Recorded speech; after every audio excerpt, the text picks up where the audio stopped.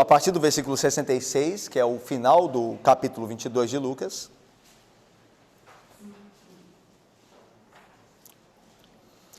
E aí, meus irmãos, nós leremos do 66 ao 71, que é o final do capítulo 22, e entraremos no capítulo 23 e leremos do 1 ao 7. Então diz assim o texto das Sagradas Escrituras. Logo que amanheceu, reuniu-se a assembleia dos anciãos do povo, tanto os principais sacerdotes como os escribas, e os conduziram ao sinédrio, onde lhe disseram: se tu és o Cristo, dize-nos. Então Jesus lhes respondeu: se vou-lo disser, não acreditareis. Também se vos perguntar, de modo algum me respondereis. Desde agora está sentado o Filho do Homem à direita do Todo-Poderoso Deus. Então disseram todos: logo tu és o Filho de Deus? E ele lhes respondeu: vós dizeis que eu sou. Clamaram, pois: que necessidade mais temos de testemunho? Porque nós mesmos o ouvimos da sua própria boca. Levantando-se toda a assembleia, levaram Jesus a Pilatos. E ali passaram a acusá-lo, dizendo: encontramos este homem pervertendo a nossa nação, vedando pagar tributo a César e afirmando ser ele o Cristo, o rei. Então lhe perguntou Pilatos: és tu o rei dos judeus? Respondeu Jesus: tu o dizes. Disse Pilatos aos principais sacerdotes e às multidões: não vejo nesse homem crime algum. Insistiram, porém, cada vez mais, dizendo: ele alvoroça o povo, ensinando por toda a Judeia, desde a Galileia, onde começou até aqui. Tendo Pilatos ouvido isto, perguntou se aquele homem era galileu. Ao saber que era da jurisdição de Herodes, estando este naqueles dias em Jerusalém, lhe remeteu. Vamos orar? Ó Deus santo e bendito, Pai, obrigado por nos permitir estar em Tua casa no Teu dia, ó Deus. Guarda-nos, Pai, segundo a Tua graça e vontade, na Tua providência. E nos abençoe agora na exposição de Tua palavra e aprendermos e de fato, ó Deus, sermos edificados pela glória de Cristo revelado nas Santas Escrituras. Assim nós oramos com perdão dos pecados, confiados sempre em Ti, em nome de Jesus. Amém. Meus irmãos, nós vimos que Jesus Cristo foi levado ao sinédrio para ser julgado a princípio pelos judeus ali. E nós vimos que no último domingo que Pedro, alguns domingos atrás, que Pedro o negara. E Jesus então, olhando para Pedro, Pedro chorou amargamente. E posteriormente Pedro se arrependeu de ter negado a Jesus. Mas o julgamento de Jesus continua. Aquele julgamento injusto, feito às escuras, continua. Agora numa nova etapa. Jesus é apresentado agora, meus irmãos, ao sinédrio. O sinédrio, meus irmãos, era a assembleia dos líderes judeus, era o tribunal dos judeus em Jerusalém. O sinédrio é como se fosse o STF nosso. Era o tribunal dos judeus, era onde eles decidiam aqueles que seriam culpados ou não, segundo as leis civis e religiosas de Israel. Portanto, Jesus agora é levado ao sinédrio, como nos narra aqui no seu Evangelho Lucas. Veja o versículo 66. Logo que amanheceu, lembra que toda aquela reunião em que Jesus sofre afrontas, em que ele é zombado, os homens maus do templo, os servos do templo batem nele, tudo isso aconteceu, a audiência de Jesus com Anás e depois com Caifás, tudo isso aconteceu de noite. Na calada da noite, sem que ninguém soubesse. E agora pela manhã ele é levado ao sinédrio. De madrugada ele foi levado à casa de Anás e do sumo sacerdote Caifás. E agora ele seria levado à reunião de todos os líderes religiosos de Jerusalém. E por que isso está acontecendo? Para dar uma aparência de legalidade, mas só aparência. Nós já percebemos aqui que o sinédrio já havia decidido o que fazer com Jesus. A ideia não é dar um julgamento justo a ele, eles querem eliminá-lo, eles querem matá-lo. E Lucas já disse isso no Evangelho há muito tempo atrás.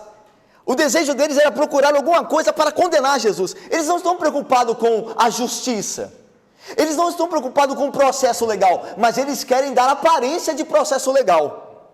É por isso que então, reunidos, já decididos no que fazer com Jesus, eles reúnem o Sinédrio para pousarem de legisladores justos. Então veja só o que diz Lucas: logo que amanheceu, reuniu-se a assembleia dos anciãos do povo, o Sinédrio, chamado Sinédrio, tanto os principais sacerdotes como os escribas, está vendo a liderança aí religiosa, e conduziram a Jesus ao Sinédrio, onde lhe disseram: se tu és o Cristo, dize-nos. Então veja, meus irmãos, eles, como nós falamos, eles conduzem Jesus, Carlos, Estevão, Newton, Vitor, para o Sinédrio, para dar aparente legalidade àquela intenção má, aquele juízo injusto pelo qual eles já haviam decidido dar cabo da vida de Cristo. Então eles estão aqui fingindo, é um teatro aqui o Sinédrio, ninguém quer julgar nada. Às vezes nós vemos isso na nossa pátria, né? Eles vão se reunir já com a decisão pronta, e ali fazem o teatro, mas já está tudo reunido, já está tudo acertado, e ali eles pousam de justo juízo, mas já foi tudo conversado anteriormente, e essa é a ideia aqui, já está tudo acertado, mas para pousarem de juízes justos, reúnem um Sinédrio e levam Jesus a ele, e fazem a pergunta: se tu és o Cristo, dize-nos. É interessante, meus irmãos, que o relato dessa etapa do julgamento de Jesus, por meio de Lucas, é resumido, mas João, o apóstolo, ele expande mais a narrativa, ele dá mais detalhes da narrativa, até porque, os irmãos se lembram, que João era conhecido da família do sumo sacerdote. Lembra que nós falamos que João e Pedro entram no pátio do sumo sacerdote? Quando Jesus também entra ali? Então é interessante que João dá mais detalhes. Por quê? É muito provável que João estivesse muito próximo de tudo o que está acontecendo. Então ele tem mais informação do que os outros evangelistas. É óbvio que eles não se contradizem, eles se completam. Então é maravilhoso isso na Bíblia, como Deus colocou alguém ali dentro do processo todo, como o apóstolo João, para poder nos dar mais clareza, mais detalhes do que aconteceu. O apóstolo João, ele fala sobre o julgamento, e fala que de fato levaram muitas testemunhas falsas, mas todas elas se contradiziam. O evangelista Marcos também diz isso. Olha o que está escrito em Marcos: e os principais sacerdotes e todo o Sinédrio procuravam algum testemunho contra Jesus, para o condenar à morte, e não achavam nenhum testemunho coerente, pois muitos testemunhavam falsamente contra Jesus, mas os depoimentos não eram coerentes, havia contradição dos depoimentos. Veja, e levantando-se alguns, testificaram falsamente, dizendo: nós o ouvimos declarar: eu destruirei esse santuário edificado por mãos humanas, e em 3 dias construirei outro, não por mãos humanas. Nem assim, porque Jesus disse isso, mas veja o que Marcos diz: nem assim o testemunho deles era coerente. Então a ideia de que quando eles reuniram o Sinédrio, eles procuraram testemunhas falsas para com Jesus, mas as testemunhas se contradiziam, e isso era evidente a todos. Os juízes ali queriam condenar Jesus, mas não por aqueles testemunhos, porque eles tentavam impor um falso testemunho, mas como era mentira, e a gente sabe daquele ditado, né, que a mentira tem perna curta, havia contradição.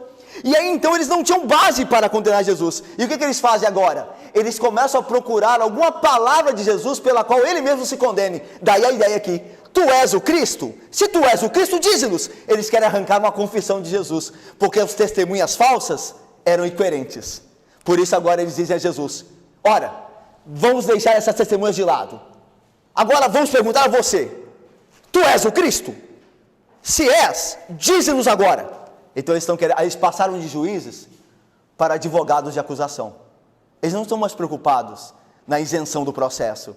Eles querem que Jesus se pegue alguma palavra para eles terem com que acusá-lo, de fato. Veja só, então, o que diz o texto. Então Jesus lhes respondeu: se vou-lo disser, não o acreditareis.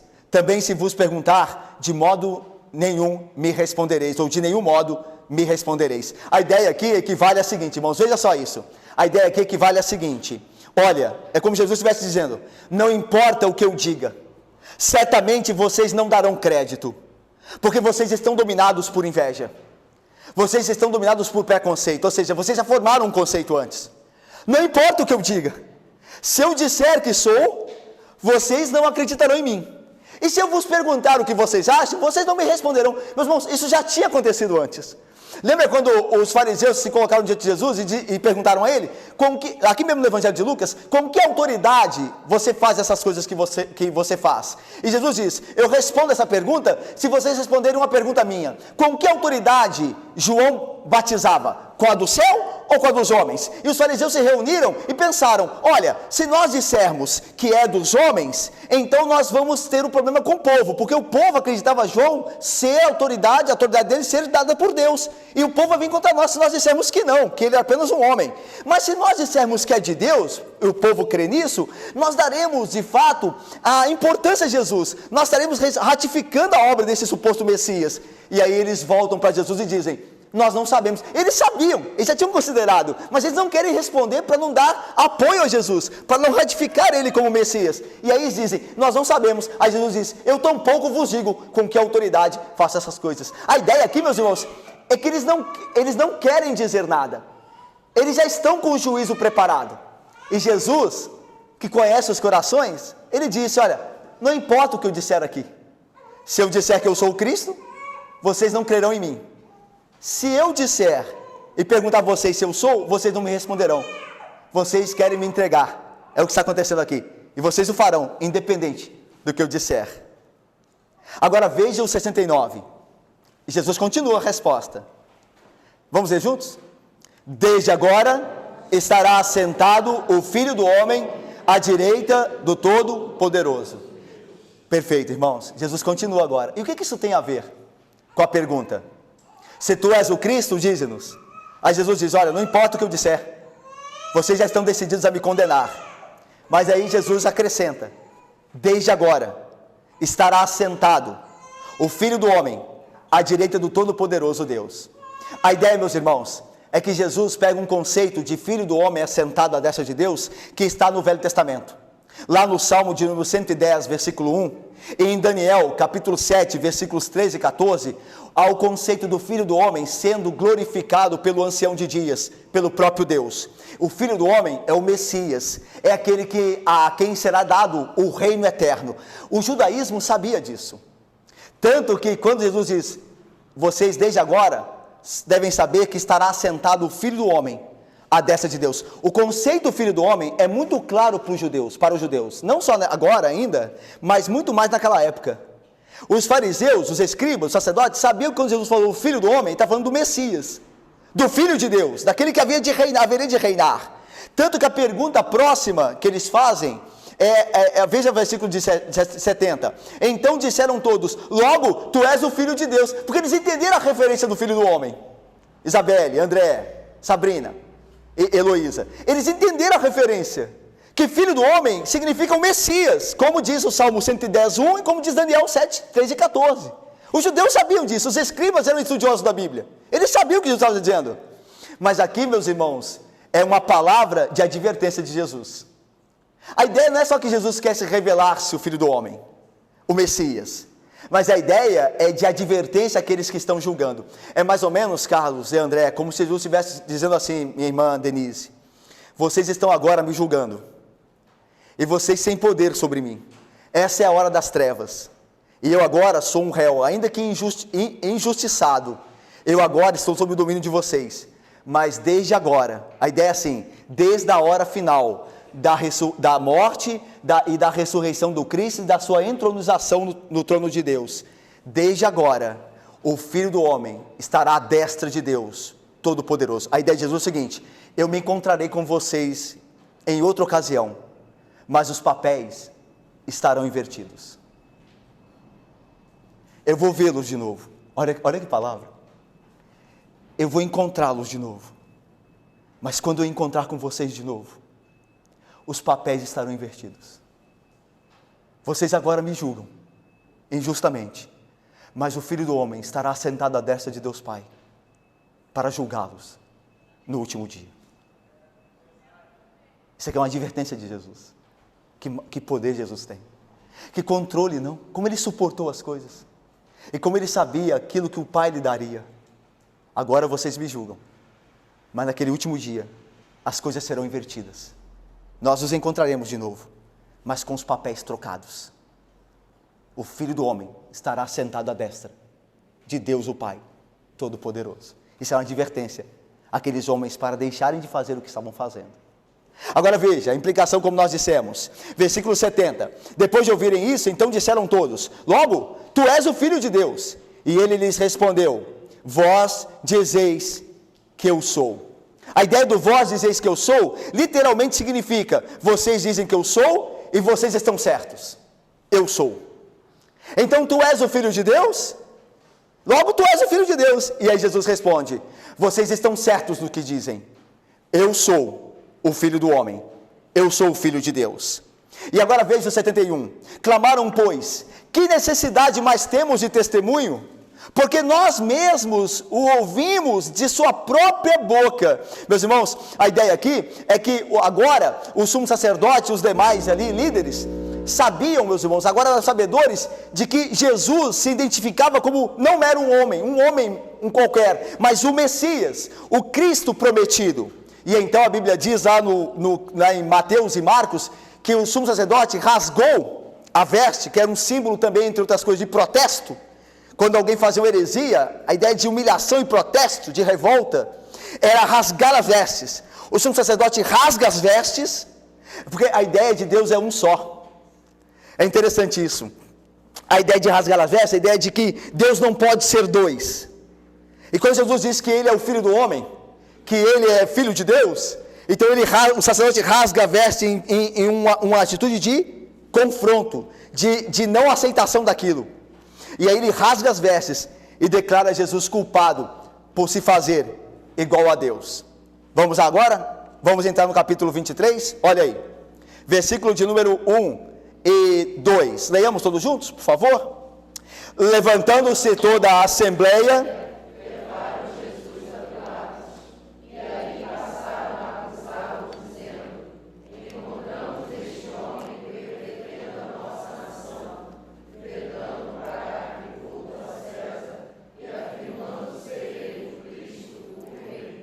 levantando-se toda a assembleia, levaram Jesus a Pilatos. Pilatos, meus irmãos, nós já falamos dele aqui.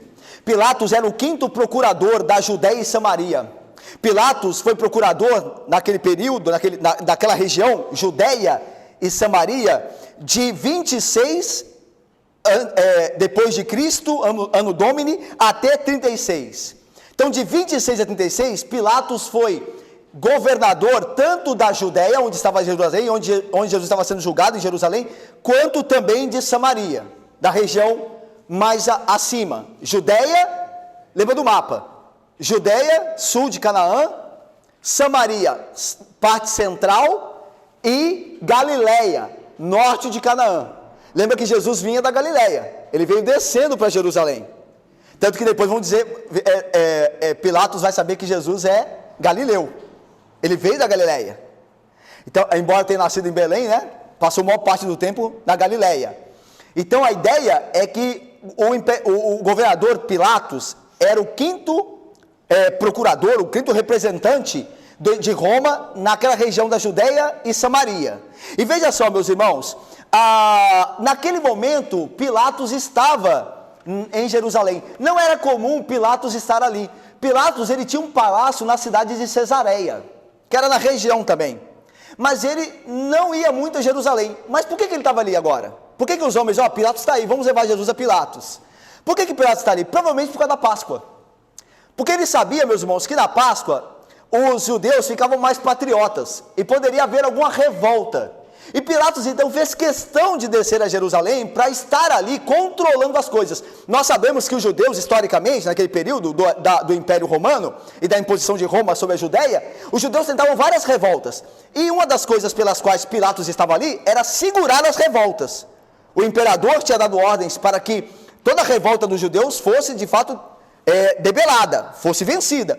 E Pilatos, então, sabendo o clima da Páscoa, tinha muita gente em Jerusalém, ele desce então de Cesareia para Jerusalém. E os sacerdotes, sabendo disso, vão levar Jesus até Pilatos. E a pergunta é, por que levaram Jesus até Pilatos?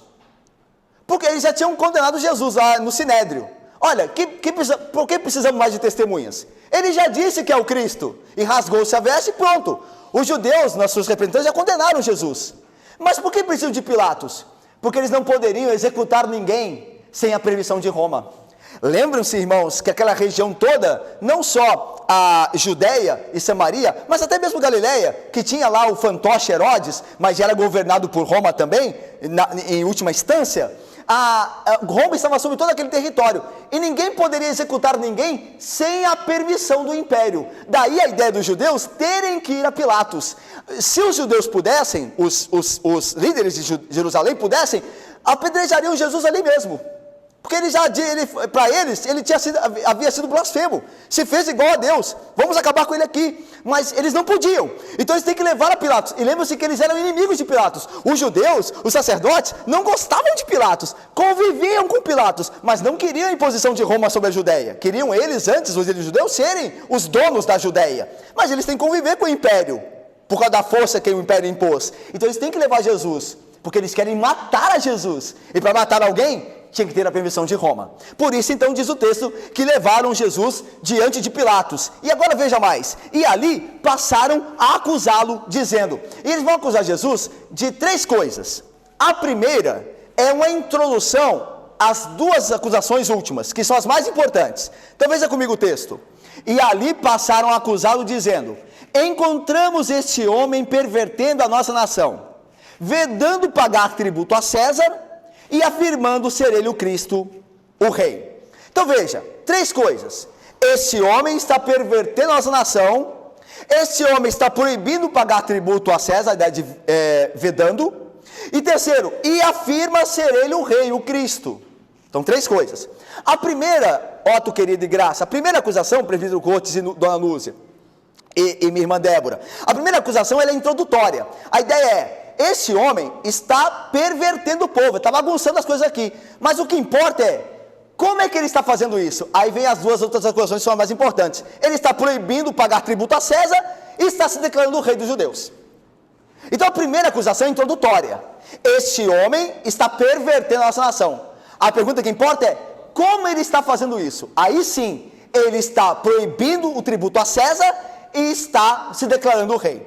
2 mentiras acerca de Jesus, como não podia deixar de ser. A primeira é que ele estava vedando pagar tributo a César. Mas, meus irmãos, não foi o próprio Cristo que mesmo nesse mesmo evangelho de Lucas, no capítulo 20, do versículo 21 a 26, disse de quem é o retrato, o desenho do rosto na moeda? E os homens disseram, os judeus, de César. Aí ele diz, portanto, dai a César o que é de César, e a Deus o que é de Deus. Eles acusavam Jesus injustamente. Jesus jamais fez com que o povo de Deus se revoltasse contra impostos e taxas que eram de fato devidos aos imperadores. Ele mesmo deu. Lembra quando ele pediu Pedro, ordenou Pedro para ir à praia, pescar um peixe e tirar ali as 2 moedas e pagar o imposto por ele e pelo próprio Pedro? Jesus pagava impostos, tanto que Pedro, os judeus tentando acusar Jesus, perguntam a Pedro, teu mestre paga impostos? E Pedro responde, sim, ele paga. Jesus pagava, ele não era alguém que estava querendo subverter a ordem, ir contra as autoridades, e aquilo era uma mentira, ele não estava pregando isso, mas aí continuam as mentiras, dizendo que ele afirmava ser o Cristo, o Rei. Nos evangelhos nós vemos quase a todo instante, Jesus ordenando aos homens que não dissessem ser ele o Cristo. Vocês se lembram que Jesus fazia um milagre, e aquele agraciado queria contar o que fora feito, Jesus diz, olha, não conte, não fale, não diga a ninguém. Jesus pergunta ao seu ciclo, o que eles achavam acerca dele, e eles respondem, tu és o Cristo, mas Jesus não mandava espalhar essas coisas. Há um texto em João que é muito significativo para essa verdade. A Bíblia diz assim, lá em João, o Evangelho de João, capítulo 6, versículo 15, sabendo, pois, Jesus, que estavam para vir, com o intuito de arrebatá-lo, para o proclamarem rei, ou seja, Jesus estava fazendo tantas curas, tantos milagres, a palavra dele era tão poderosa que um grupo de homens planejou ir até Jesus, arrebatá-lo, pegá-lo e levar até Jerusalém para proclamar ele como rei. Então a Bíblia diz, sabendo Jesus que estavam vindo com o intuito de arrebatá-lo para lhe fazer rei, aí diz mais o texto, retirou-se Jesus novamente sozinho para o monte. Ele fugia desse contexto. Ele não incentivava, olha, eu sou o rei, vocês têm que me adorar, vocês têm que... Não, ele fugia desse contexto. Ele sabia que o reino dele não era deste mundo. Lembra quando Pilatos diz, tu és rei? Aí Jesus diz, para isto vir ao mundo, para isso nasci e vi ao mundo. Aí Pilatos diz, então logo tu és rei. Aí Jesus, não deste mundo ainda. Ele mesmo disse, eu não sou deste mundo, o meu reino é da verdade. Todo aquele que ouve a verdade é parte do meu reino, é meu súdito, mas o meu reino não é deste mundo. Jesus continua, se o meu reino fosse deste mundo, os meus ministros se empenhariam em me defender, mas eu estou só aqui, não há ministros me defendendo, porque o meu reino não é deste mundo, o meu reino é o reino da verdade. Jesus jamais desejou glória humana, ou procurou um reinado terreno, portanto era mais uma mentira, que de fato proclamavam acerca de Cristo, que ele mesmo ficava se declarando o rei. Mas por que eles falam isso? Você viu que as acusações não tocam ainda em ser ele filho de Deus. Lá no Sinédrio, o problema era ele ser filho de Deus. Tu és o Cristo? Olha, ele se diz filho de Deus, não precisamos mais de testemunha, ouvimos a sua própria boca, rasgou-se as vestes, é decretado um condenado. Mas para os romanos, não é isso que importa. Isso não vai levar Jesus à condenação. O que vai levar Jesus à condenação? Ele ir contra César.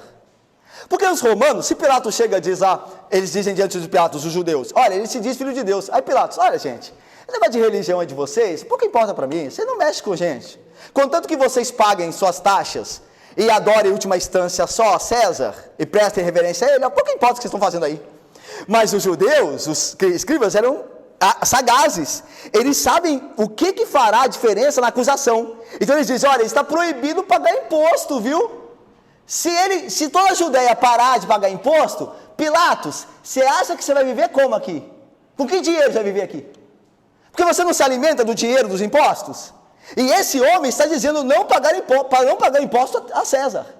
E mais ainda, viu? Ele se declara o rei. Aí colocando Jesus injustamente contra o imperador romano. Então Pilatos olha para aquilo e fala, o que está acontecendo? Mas a Bíblia diz que Pilatos sabia que Jesus não tinha crime algum. Ele vai declarar isso, como nós veremos. A Bíblia diz que Pilatos sabia que o entregavam por inveja. E daí aí já se reside a culpa de Pilatos. Pilatos sabia que Jesus era culpado. Ele sabia que os homens o entregavam por inveja.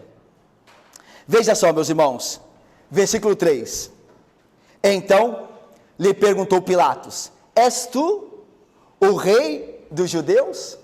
A ideia aqui, meus irmãos, não é que Pilatos está se importando com isso, tanto que depois Pilatos vai enviar Jesus a Herodes. Herodes resolve isso aí. Mas a ideia aqui é meio que dar um parecer àquela liderança judaica. Ele não se importa com o caso, ele não quer condenar Jesus, não porque ele acha que Jesus é santo, é porque ele não quer trabalho, ele quer acabar com aquela confusão ali.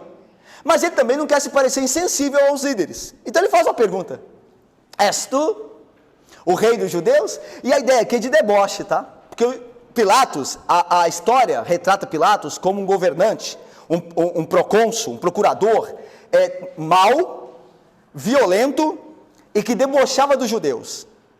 Então a ideia aqui é de deboche. A ênfase do grego aqui é no tu. É como se fosse assim, és tu um homem tão normal e comum? És tu o rei dos judeus? A ideia é essa, é de deboche. Tanto que quando Jesus vai ser crucificado, é Pilatos que coloca a placa, Jesus Nazarex Rex Iodus, Jesus de Nazaré, rei dos judeus. E os judeus vão lá a Pilatos e dizem, retira a placa, porque ele não é nosso rei. Aí Pilatos diz, o que eu escrevi, era para debochar dos judeus. Olha o rei de vocês aí. Mas é interessante, né? Na ignorância, na maldade de Pilatos, ele disse a verdade. Jesus de Nazaré, Rex Iodus, Jesus de Nazaré, o rei dos judeus. Ele veio para os seus, e os seus não o receberam. Na ignorância daquele homem, Deus o usou para falar a verdade eterna. Jesus é o rei. Mas aqui, ele está querendo se desvencilhar. E ele pergunta, tu és o rei dos judeus? Você? E aí veja, versículo de número 3, a resposta de Jesus. Tu dizes, A mesma coisa lá do Sinédrio. Eu sou, como vós dizeis, eu sou. Aqui é a mesma coisa, tu está certo. Eu sou o rei dos judeus, embora o meu reino não é desse mundo. Lembra que João completa a narrativa de Lucas. Lucas não entra em pormenores, mas João entra. Porque Pilatos pergunta, mas tu és rei então? Aí Jesus diz, para isso nasci, para isso vim ao mundo. Mas o meu reino não é agora deste mundo. Mas Jesus é um rei, ele é o rei de todas as coisas. Então Pilatos tem essa resposta. Agora veja o versículo 4. Disse Pilatos aos principais sacerdotes e às multidões, não vejo neste homem crime algum. A ideia aqui, meus irmãos, é que isso poderia ter posto fim ao problema. Olha, esse homem é inocente. E aqui a ideia não é de que Pilatos está reconhecendo a santidade que Jesus possui. Porque Jesus realmente não tem crime nenhum, não tem pecado nenhum. Mas essa não é a ideia. Pilatos não cria em Jesus como Messias, como Filho de Deus. A ideia de Pilatos é a seguinte, ele está declarando o seguinte aqui. Eu não vejo nesse homem nenhuma atitude, nenhuma ação que se enquadra no Código Penal romano para ele ser executado. Nada que esse homem tenha. Eu não sei se ele é um pecador, ele pode até ser, o que vocês estão falando dele. Mas nada nele o inclui em alvo de condenação pelas leis romanas. Então eu não posso condenar esse homem, não tem crime nenhum. Mas só que Pilatos é um covarde. A gente pode olhar, poxa, Pilatos, muito bem Pilatos. Só que ele é um covarde, ele tinha que acabar de dar fim naquilo. Ele tinha que, libertem esse homem e chega desse assunto. Mas não, ele quer ficar bem também com os judeus. Ele está pensando nele. Se ele rejeita a causa dos judeus e não condenar Jesus, pode haver uma revolta. E se houver uma revolta, qual a cabeça que vai rolar? É a dele. Porque o imperador vai vir cobrar dele. Então ele está preocupado com ele. É por isso que ele vai enviar agora Jesus a Herodes. Era para dar fim nisso aqui. Este homem não tem crime algum. Envie ele para Herodes. Não vai enviar para lugar nenhum. Já está decidido. Nós somos aqui a lei. E ele não tem crime algum. Liberte esse homem agora e parem com isso. Era para Pilatos ter feito isso. Mas ele está preocupado com ele. Ele sabe que ele tem um justo aqui. Mas ele tem ele também. Ele está muito preocupado com ele. Com a vida dele. É interessante que nesses tempos de crise, né? Que a gente está vivendo. E contexto. Às vezes nós exageramos demais a preocupação conosco, né?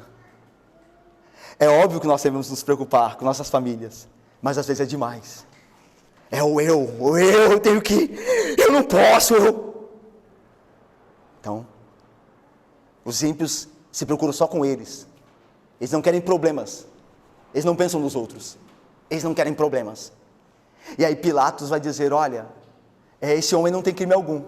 Mas eles vão pressionar Pilatos. Olha aí, versículo de número 5. Insistiram, porém, cada vez mais, dizendo, ele alvoroça o povo, ensinando por toda a Judéia. E agora veja, desde a Galileia, onde começou, ele começou na Galileia, e veio até aqui, até Jerusalém. Agora esse foi o start para Pilatos. Quando ele ouviu os judeus, os líderes, dizendo assim, este homem, ele está alvoroçando, não, nós insistimos, ele tem que ser condenado, ele está causando um caos aqui no nosso povo. E ele começou lá na Galileia, viu? E veio até aqui. Aí quando Pilatos ouve a Galileia, aí ele diz assim, esse homem é galileu?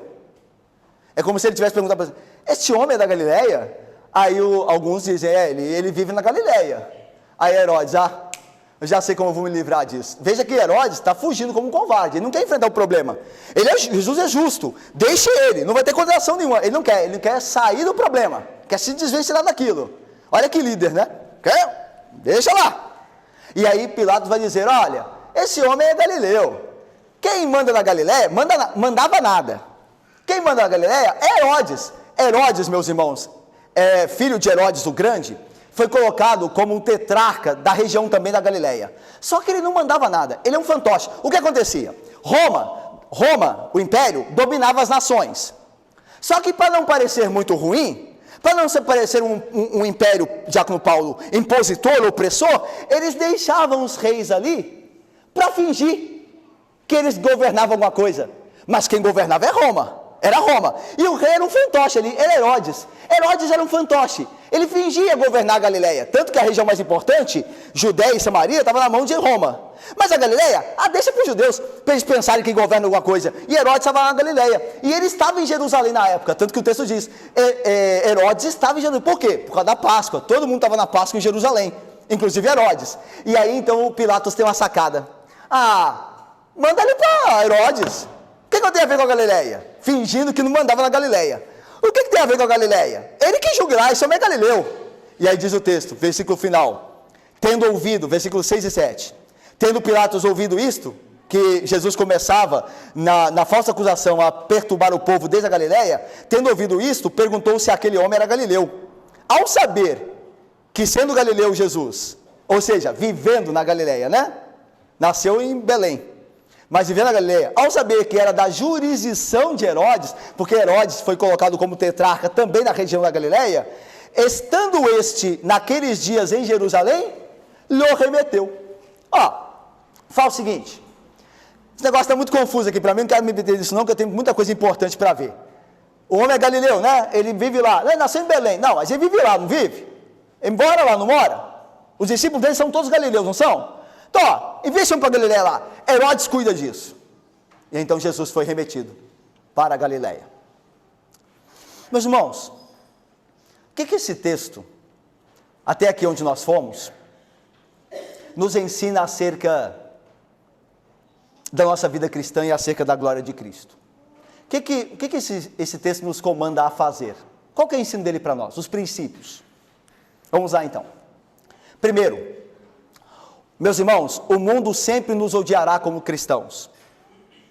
Não importa o que você diga, ou como você vem agir. Portanto, uma vez que isso é verdade, o mundo sempre te odiará como cristão. Se você deixar de condenar, eles vão falar assim, não são os cristãos que se levantam nessas horas? Olha aí a covardia dos cristãos. Se você condenar, olha aí a intolerância dos cristãos. Não importa o que nós fizermos. O mundo sempre nos odiará, porque nós somos de Cristo, basta ser de Cristo. Então, sabedores disso, qual é a conclusão? Portanto, é melhor ser odiado, sendo firme no amor de Cristo. Se eu serei odiado de qualquer jeito, então eu serei odiado por ser fiel. Porque é melhor ser odiado por ser fiel, do que ser odiado por ser covarde. Se no fim me odiarão de qualquer jeito, que seja por eu ser fiel a Cristo.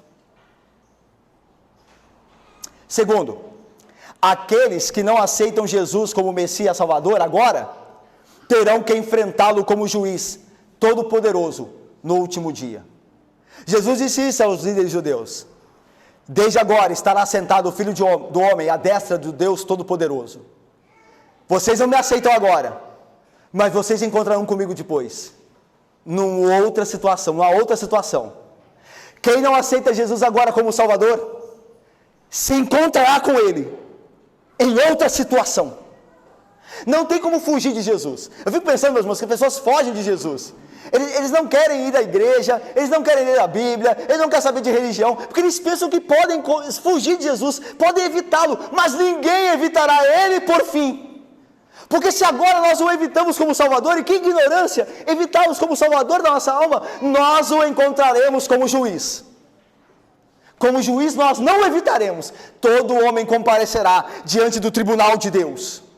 Não há como fugir de Jesus, meus irmãos. Ou nós recorremos a Ele, ou nós nos damos a Ele, ou nós buscamos refúgio nele, ou Ele nos julgará no último dia. Mas de Jesus não tem como fugir.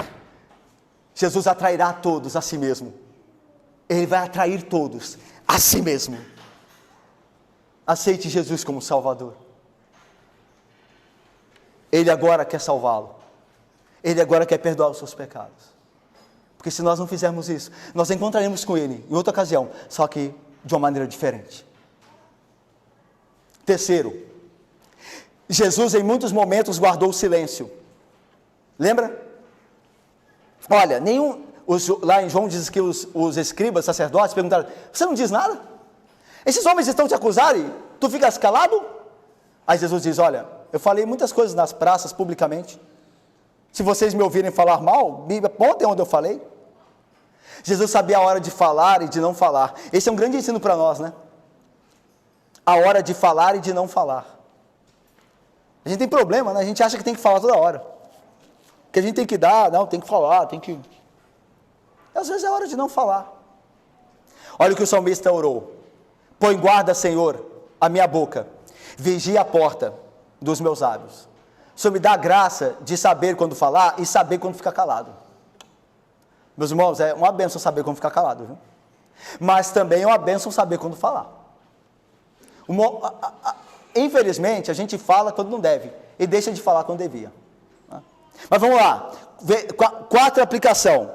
São os covardes que renunciam à verdade para buscar bem-estar dessa vida. Pilatos sabia da inocência de Jesus, mas ainda assim preferiu se esquivar da responsabilidade de defender o justo. Meus irmãos, são os covardes que renunciam à verdade para o bem-estar nessa vida. Quantas vezes, meus irmãos, nós já tivemos diante de uma situação que precisávamos que dessemos testemunho da verdade e nós não fizemos porque pensamos em nós. Não é porque nós pensamos na glória de Cristo, na verdade sendo estabelecida, é porque a gente pensou assim, se eu falar isso, as pessoas vão me odiar. Se eu falar isso aqui no trabalho, eu posso ser mandado embora. Se eu agir assim, meus parentes podem me excluir do convívio. Nós pensamos muito em nós e pouco na verdade. A verdade, meus irmãos, tem que ser dita em amor, mas precisa ser dito a todo custo. A todo custo. Os covardes não entraram no reino, lembre-se disso. Herodes foi covarde, ele tinha que defender a verdade, ele é justo, ele não tem crime algum, mas ele se esquivou disso, irmãos, pelo bem-estar próprio. Os crentes não podem agir assim, não devem agir assim, pelo poder de Deus. Peçamos a Deus de nos fazer corajosos.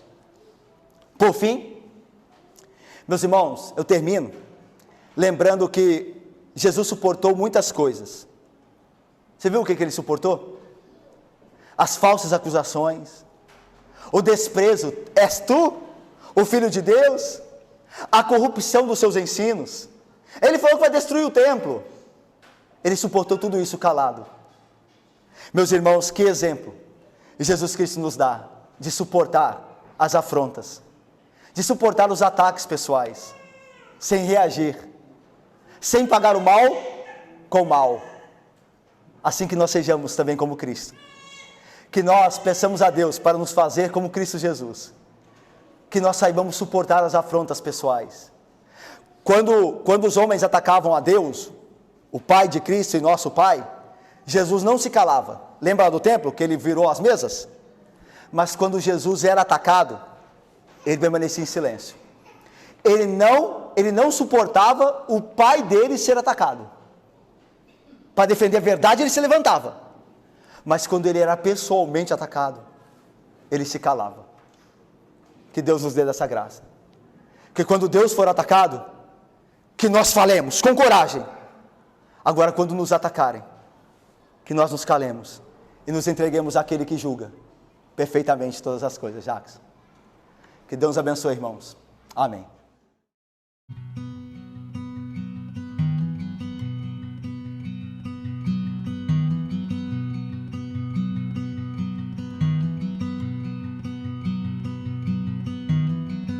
A mighty fortress is our God.